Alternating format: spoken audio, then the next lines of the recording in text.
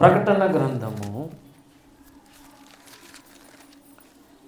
2వ అధ్యాయం కొద్దిగా వాయిస్ పెంచిన ఆయన వాల్యూమ్ పెంచు. ప్రకటన గ్రంథము 2వ అధ్యాయము 7వ వచనం ఎవరైనా చదువరునా? చెవిగలవాడు ఆత్మ సంఘములతో చెప్పుచున్న మాట వినుగాక. జయించువానికి దేవుని పరదేశులో ఉన్న జీవవృక్ష ఫలములు భుజింపనిత్తుము. చిన్న మాట ప్రార్థన చేద్దాం. యేసయ్యా నీకు వందనాలు. ఈ మాటల మీద నైనా నీ ఆత్మ దిగనీయండి. అక్షరము చంపును ఆత్మ జీవింప చేయనన్నావు. నీకు స్తోత్రం. ఈ దినం మీరు మాట్లాడుతుంటున్న ఆత్మ సంఘములతో చెప్పుచున్న మాట మా చెవులు వినినట్లుగా మమ్మల్ని దర్శించండి ప్రభా. సహాయం చేయండి. నీ కృపగల చేతులకు మమ్మల్ని అప్పగించుకుంటూ ప్రతి బిడ్డ శక్తితో నింపబడి అభిషేకముతో నింపబడి గృహములకు వెళ్ళినట్లు సహాయం చేయమని అంధకార క్రియలేసిన తొక్కి వేస్తాం. వేసినాం బట్టి అడుగుతున్నాం తండ్రి, ఆమేన్. వీళ్ళరా ప్రకటన గ్రంథం 2:7 ఎందుకు తీసుకున్నాము అంటే మొదటి ప్రసంగం కంటిన్యూషన్ అని. అవునా? జీవవృక్షము అంటే అర్థం అది యేసయ్యకు ఉన్న ఇంకొక రకమైనటువంటి దర్శనం. యేసు ప్రభువుకున్న ఇంకొక సూచిక. అందుకే అన్నాడు పరలోకంలో కూడా ఒక నది ఉంది, ఆ నదికి ఇవల ఆవల జీవవృక్షం ఉందట. ప్రకటన గ్రంథం చివరిలోకి రండి.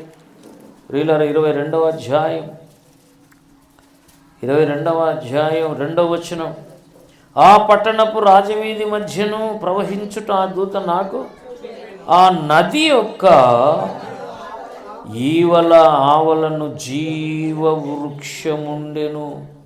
అది నెలకు ఫలించుచు 12 కాపులు. ఆ వృక్షము యొక్క ఆకులు జనములను స్వస్థపరచుటకై వినియోగించును. ఇదంతా దేవుని ప్రీ ప్లాన్, ముందే ఉన్నటువంటి ప్రణాళిక. ఆ నదికి ఈవల ఆవల చెప్పండి గట్టిగా, జీవవృక్షము ఉండేది. ఒకటే ఎన్నుడా ఈవల ఆవల. బాగా గమనించండి. ఏదైనా నది ఉంది, ఈవల అంటే ఒక చెట్టు ఉండాలా, కనీసం ఆవల అంటే అవతల ఒక చెట్టు ఉండాలి. కానీ ఆశ్చర్యం, ఈ చెట్టు ఒకటే ఈవల ఉంది, ఒకటే ఆవల కూడా ఉంది. యేసు ప్రభు అనే వ్యక్తికి ఇంకొక దర్శనం ఇది. యేసు ప్రభు నేరుగా చూడడం వేరు, జీవవృక్ష రూపంలో చూడడం వేరు. ఇశ్రాయేలీల అరణ్యంలో, వినండి జాగ్రత్త, ఇశ్రాయేలీల అరణ్యంలో ప్రయాణం చేసేటప్పుడు ఒక బండ వారిని వెంబడించింది. ఆ బండ క్రీస్తే. అంటే యేసుక్రీస్తు ఇప్పుడు ఆ కాలంలో బండ రూపకంలో కనబడుతున్నాడు. చూసేదానికి బండ, కానీ అది యేసుక్రీస్తు. చూసేదానికి ఇక్కడ జీవవృక్షం, కానీ అది యేసు ప్రభువే సాక్షాత్తు. ఆయనకున్న మరో రూపం. యేసయ్యకి చాలా రూపాలు ఉన్నాయి. మనం అనుకుంటే బండ ఒక రూపమా? తెలుసా లేదా మనకు? ఇక్కడ వృక్ష రూపం, సింహాసనం మీద దేవుని రూపం, సింహాసనం ఎదురుగా గొర్రెపిల్ల రూపం, ఇంకొక చాట యూదా గోత్రపు సింహం. దేవునికి స్తోత్రం కలుగునుగా. అంత మొత్తం టోటల్గా యూనివర్స్, ప్రపంచం అంతా ఉన్నటువంటి ఒక వ్యక్తి ఉన్నాడు. ఆయనే ఆది యందున్న వాక్యం. హల్లెలూయా. ఆది యందు వాక్యం ఉండెను, ఆయనే అనేక రూపములలో ఉండెను. అసలు మెల్కీషెదకు రూపమైన పాత నిబంధన అబ్రహాము కలపడ్డాడు. అవునా కాదు? మీరు చెప్పండి. అబ్రహాముకు బల్ల ఇచ్చాడు. ఈరోజు దేవుని సన్నిధిలో దేవుని ఎదుట మనం బల్ల తీసుకున్నాం. ఆదికాండం 14వ అధ్యాయంలో మెల్కీషెదకి బల్ల ఇచ్చాడు. ఎవరికి? అబ్రహాముకి. అంటే బల్ల ఇంపార్టెన్స్ కొత్త నిబంధన, పాత నిబంధన? కొత్త నిబంధనలో బల్ల అలవాటు చేయాలి సంఘానికి, కానీ దాని గురించిన సాదృశ్యమేమో ముందే ఉంది. అబ్రహాము జీవితంలోనే ఇచ్చాడు. ఎందుకంటే అబ్రహాం విశ్వాసులకు తండ్రి కాబట్టి ఆయన ఒకటనే సువార్త కూడా ఉంది. అతడు సువార్త మొదటిగానే వినెను అనేది రోమా పత్రికలో ఉంది, హెబ్రీ పత్రికలో మాట్లాడుతాడు. కాబట్టి ఇప్పుడు ఇలా యేసు ప్రభు అంటే అనేక రూపాల్లో ఉన్నాడు. ఇక్కడ జీవ వృక్షం, దేవునికి స్తోత్రం. ఆ నది యొక్క ఈవల ఆవల జీవ వృక్షం ఉండనట్టు వృక్షం ఒకటే, అది యేసయ్య. కానీ నదికి ఈ పక్క ఉంటాడు, ఆ పక్క ఉంటాడు. సరే, ఈ జీవ వృక్షము ఫలాలు తినకుండా చేసిందేమో ఆది కాండంలో ఎవడు రాకుండా అడ్డము పెట్టాడు. కానీ ఇప్పుడు ప్రకటన 2లో రక్షింపబడిన వారికి దేవుని సంఘానికి ఒక వాగ్దానం, జనరలైజ్డ్ ప్రామిస్. నువ్వు ఒకవేళ జయించు అనివైతే, జయించే జీవితంలోకి నువ్వు వస్తే, మీరు బాగానండి, రక్షింపబడిన ప్రతి ఒక్కరు జయించలేదు, ఓటమిలోనే బ్రతుకుతున్నారు, దాసులుగానే బ్రతుకుతున్నారు. పాపం చేయవాడు, మరి రక్షింపబడిన వాళ్ళు పాపం చేయటం లేదా, తప్పిదాలు చేయటం లేదా, దోషాలు చేయటం లేదా, భక్తులు బైబిల్ చేశారా లేదా, ఏంటి అంటే దాసులుగా కొన్ని వాటికి ఉన్నారు. ఇంకా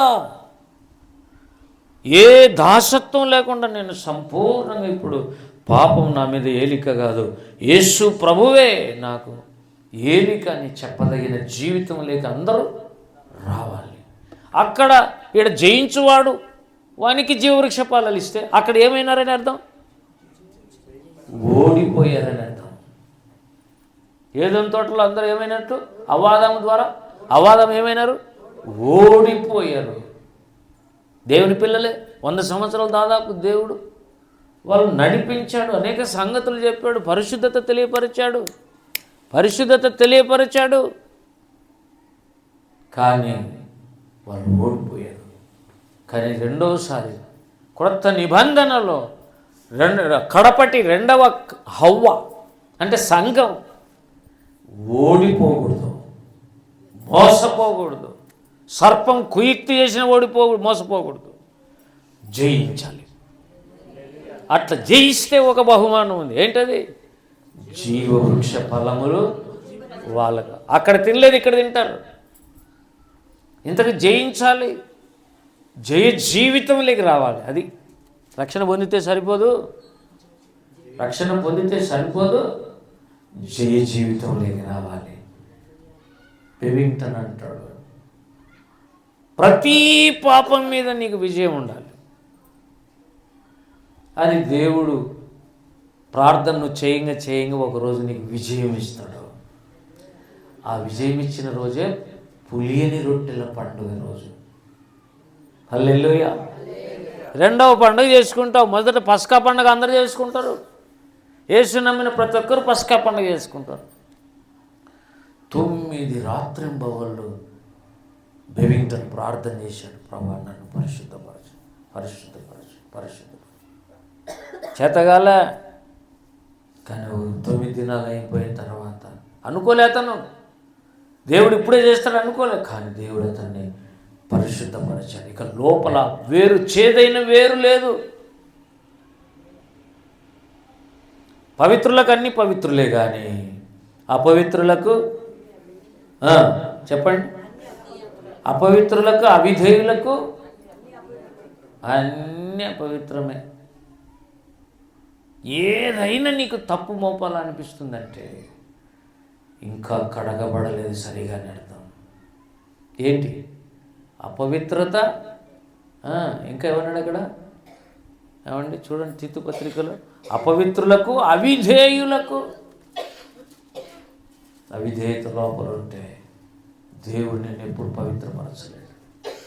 తీతు పత్రికలో ఏమన్నాడండి? 1వ అధ్యాయం చివరిలో, తీతు పత్రిక 1వ అధ్యాయం 16వ వచనంలో ఏమన్నాడు? పైన 15లో పవిత్రులకు అన్ని పవిత్రములే. ఇది నీ లైఫ్. దేవుడు కన్నా పరిశుద్ధపరిస్తే, పవిత్రీకరణ జరిగిస్తే నువ్వు ఏది చూసినా పవిత్రంగానే టేకప్ చేస్తావు. ఒక ఆయన అంటున్నాడు, పండగ వచ్చింది సినిమా పోతాను అంటున్నాడు. ఎందుకు పోతాను అంటే, నేను మంచి గ్రహిస్తాను.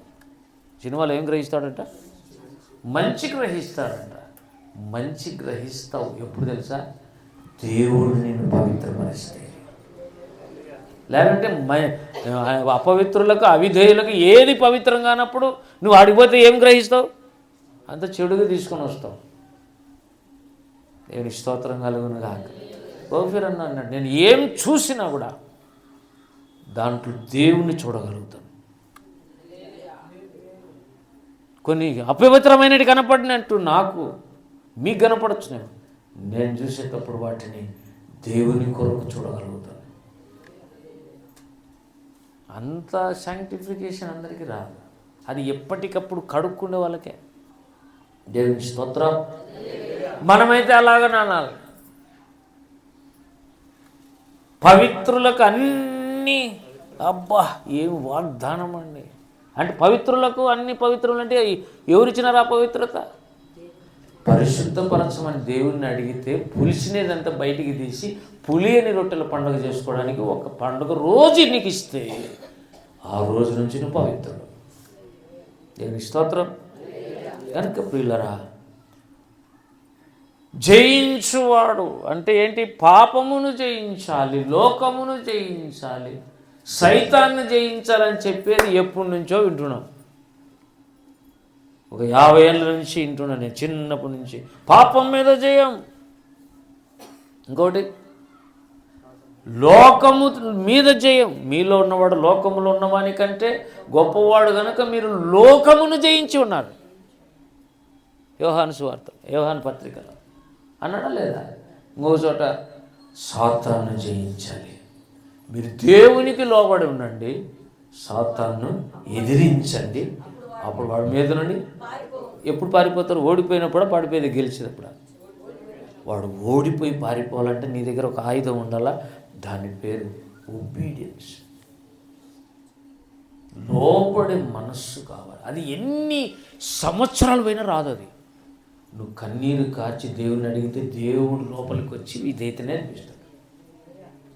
లోపలికి వచ్చి నేర్పిస్తాడు విధేయత. నువ్వు ఎప్పుడు లోపడలేవు. క్రైస్తవుడు అంటే మనం దేవుని కోసం జీవించే జీవితం కాదు. బాగినండి, మన ఓఫీర్ అని చెప్పిన స్టేట్మెంట్, దేవుని కుమారుడు మన జీవితంలోకి వచ్చి జీవించే జీవితం. అందరూ హల్లెలూయా చెప్పండి. ఏమండి, కొద్దిసేపు మేల్కొనండి. ఏమన్నాడు? క్రైస్తవుడు అంటే అర్థం ఏంటి? మనం దేవుని కోసం జీవించిన కాదు. వాడు శిలువలో చచ్చిపోయినాడు. ఆదాము మైండ్ ఉండేటోడు. స్త్రీలు కానీ పురుషులు కానీ, పాపి అనేవాడు ఎక్కడ చచ్చిపోయినాడు? శిలువలో చచ్చిపోయినాడు. ఇక మళ్ళీ ఏంది జీవించి? ఇప్పుడు జీవించేది నేను కాదు, క్రీస్తే. హల్లెలూయా. దేవుణ్ణి పిలిస్తే ఆయన లోపలికి వచ్చి నీ బదులు జీవిస్తాడు. మొత్తం అకౌంట్లో ఏమో నీదే క్రెడిట్ అవుతుంటుంది. నువ్వు చేసే కార్యాలన్నీ, సత్క్రియలన్నీ నీ అకౌంట్లోకి యాడ్ అవుతుంటాయి, యేసు ప్రభు అకౌంట్లో కాదు. ఆయన నీలోనికి వచ్చి జీవిస్తాడు. దేవునికి స్తోత్రం కలుగునుగా. ఎప్పుడైనా వంట చేసుకునేటప్పుడు, ప్రార్థన చేసుకునేటప్పుడు, బైబిల్ చదువుకునేటప్పుడు, వేరే పని చేసేటప్పుడు, ప్రభు హెల్ప్ చేయనైనా అని అడుగుతుండడం నేర్చుకోవాలి. కాబట్టి ఇప్పుడు జయించేవాడంటే అసలు విషయం ఏంటంటే, పాపము జయించకుండా నువ్వు రేపు పొద్దున వచ్చి యాంటీ క్రైస్ట్ని ఏం జయిస్తావు? సాతాన్ని జయించకపోతే రేపు వచ్చే శ్రమల్ని ఏం జయిస్తావు? కాబట్టి 15వ అధ్యాయంలో చెప్పాడు. 15వ అధ్యాయంలో ఎవరిని జయించాలంట? రండి, చిన్న మాట. ప్రకటన గ్రంథం 15వ అధ్యాయం 2వ వచనం. ఆ క్రూర మృగమునకును దాని ప్రతిమకును దాని పేరుగల సంఖ్యకును లోబడక వాటిని జయించిన వారు దేవుని వీణులు గలవారై. చాలు దేవుని స్తోత్రం. అక్కడ 2వ అధ్యాయంలో చెప్పిన జయించేవారు పరదేశంలో ఉన్న జీవవృక్ష ఫలమును భుజింపనిత్తునంటే ఏం జయించినారు వీళ్ళు? రేపు ఒక మృగం వస్తుంది, పులి కాదు, సింహం కాదు, మృగము లాంటి వ్యక్తిత్వం కలిగిన ఒక మనిషి, వాడు సైతాను కొడుకు, యాంటీ క్రైస్ట్. క్రైస్ట్ కాదు, యాంటీ క్రైస్ట్ వస్తాడు. వాడిని మొక్కడానికి వీల్లేదు, వాని ప్రతిమకు మొక్కడానికి వీల్లేదు. వానికి ఒక సంఖ్య ఉంటుంది. ఆధార్ కార్డు నెంబర్ ఉన్నట్టు 4 మూల 12 నెంబర్లు ఉంటాయి ఆధార్లో. అవును, ఆధార్ కార్డులో ఎన్ని నెంబర్లు ఉంటాయి? 12. కానీ వీడు మనకి ఇచ్చే ఆధార్ కార్డులో 3 6లు ఉంటాయి. ఈ నెంబర్ తీసుకున్నవాడు అందరూ ఆధారం వాడే. కాబట్టి వాళ్ళని అందరికీ వానికి ఆధారం, వాని మీద ఆధారపడిన వాళ్ళందరూ ఎక్కడికి పోవాలి? పాతాళానికి పోవాలి. కాబట్టి ఇక్కడ ఏమన్నాడు? క్రూర మృగానికి, వాడి ప్రతిమకు, వాడిని సంఖ్యకు లోబడక జయించిన వాళ్ళు కావాలి. హల్లెలూయా. బాగా వినండి. లాస్ట్లో సంఘానికి అంతటికీ శ్రమలు ఒకటేసారి వస్తాయి. కోట్ల మంది భక్తులకు అందరికీ ఒకటేసారి శ్రమలు వస్తాయి. 3.5 సంవత్సరం. ఆ సంవత్సరంలో నువ్వు మొక్కడానికి వీల్లేదు, ప్రతిమకు కూడా వాని ప్రతిమకు మొక్కడానికి వీల్లేదు. వాడు ఒక నెంబర్ ఇస్తే ఆ నెంబర్ నువ్వు వేయించుకోవడానికి వీలు లేదు. అంటే చాలా కష్టం ఈ 3 చేయకుండా ఉండడం. అవి జయించినారు అంటే వాళ్ళకు ఒక పరదేశులు జీవవృక్ష ఫలాలు ఇవ్వాల్సిందే. హల్లెలూయా. మరి ఒక్క మాట, అప్పుడు ఒకటేసారి జయిస్తాంలే అనుకుంటున్నావు చాలామంది. ఇప్పటి నుంచే జయ జీవితానికి అలవాటు చేసుకోవాలి. హల్లెలూయా. కంటి మీద జయం, పాపం మీద జయం, నోటి మీద జయం. అడగ, ప్రభువా నా వల్ల కాలే, నీ ఆత్మను పంపు, నాకు సహాయం చేయి, నా ఆత్మను మీలో ఉంచి నా కట్టడలు నెరవేర్చువారిగా చేస్తానన్నాడు హెచ్కేలు 36:26లో. నా ఆత్మ లోపల పంపించి ఏం చేస్తాను నేను? అప్పుడు నా కట్టడలను మీరు నెరవేర్చే వాళ్ళగా తయారు చేస్తానన్నాడు. అంటే లేకపోతే ఏం లేకపోతే, పరిశుద్ధాత్మదేవుడు లోపలికి రాకపోతే నువ్వు ఎప్పుడు జయ జీవితంలోకి రాలేవు. దేవుని స్తోత్రం. పరిశుద్ధాత్మదేవు అభిషేకం రానంత వరకు ఎక్కువ దుఃఖంలోనే బతుకుతారు రక్షణ ఉండేవాళ్ళు. పరిశుద్ధాత్మ అభిషేకం వస్తే నీవు మరలా, ఒకప్పుడు రక్షణ పొందినప్పుడు నా ఆనందం పోయింది. ఏంటి అంటే మరలా వస్తుంది ఎప్పుడు? పరిశుద్ధాత్మ నీ మీద దిగినప్పుడు. దేవుని స్తోత్రం కలుగును గాక. కాబట్టి ఆ పండ్లు తినాలంటే మన ఊరికే కాదు, జయ జీవితంలో అలవాటు పడాలి.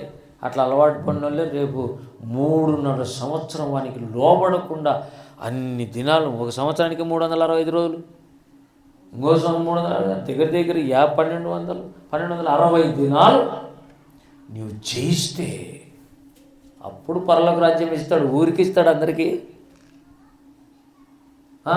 చేయెత్తిన వాళ్ళందరికీ పరలోక రాజ్యం ఏమి ఇయ్యడు ఆయన. చేయెత్తాలి, ఆయనలో స్థిరపడాలి, ఆయనలో జయ జీవితం పొందాలి. జయం అనేది నీ లైఫ్కి అలవాటు కావాలి. దేవుని స్తోత్రం కలుగును. ఈ నెలలో ఏం జయిస్తావు, రేపు నెలలో ఏం జయిస్తావు, అట్లా నెలకు ఒక కాపు కాస్తూ పో. నెలకి జయ జీవితం అలవాటు అవుతుంది. దేవుని స్తోత్రం కలుగును గాక. కనుక ఇటు జయ జీవితం దేవుడు మనకి ఇచ్చినంతగా ప్రార్థనలు ఎక్కువ గడుపుదాం. ఆ ప్రార్థనే చేయమన్నాడు ఒక భక్తుడు. హెచ్కే ఫ్రాన్సిస్ ఏమన్నాడు? ప్రార్థనయే జయం, ప్రార్థనయే జీవం. ప్రార్థన ఎక్కువ చేస్తే ఏమవుతుంది? ఆటోమేటిక్ జయిస్తాం. ప్రైజ్ లేదనుకో, నో డౌట్ ఓడిపోతాం. ఓడిపోయినామంటే అర్థమేంటి? నీకు ప్రార్థన నీ పర్సనల్ లైఫ్లో లేదు అని డిసైడ్ అవుతాడు దేవుడు. నువ్వు జయించావంటే అర్థమేంటి? వారం అంతా ప్రార్థన చేసి సండే రండి, ఎంత ఆనందిస్తావో నాట్యం చేసేంటారు. అడుగుదాం, ప్రభు సోమవారం నుంచి నువ్వు తోడుగా ఉండి కృప చూపు అని చెప్పి దేవుణ్ణి అడుగుదాం. ఈ జయ జీవితం ఇమ్మని ప్రార్థన చేద్దాం. రండి పిల్లలు మోకరు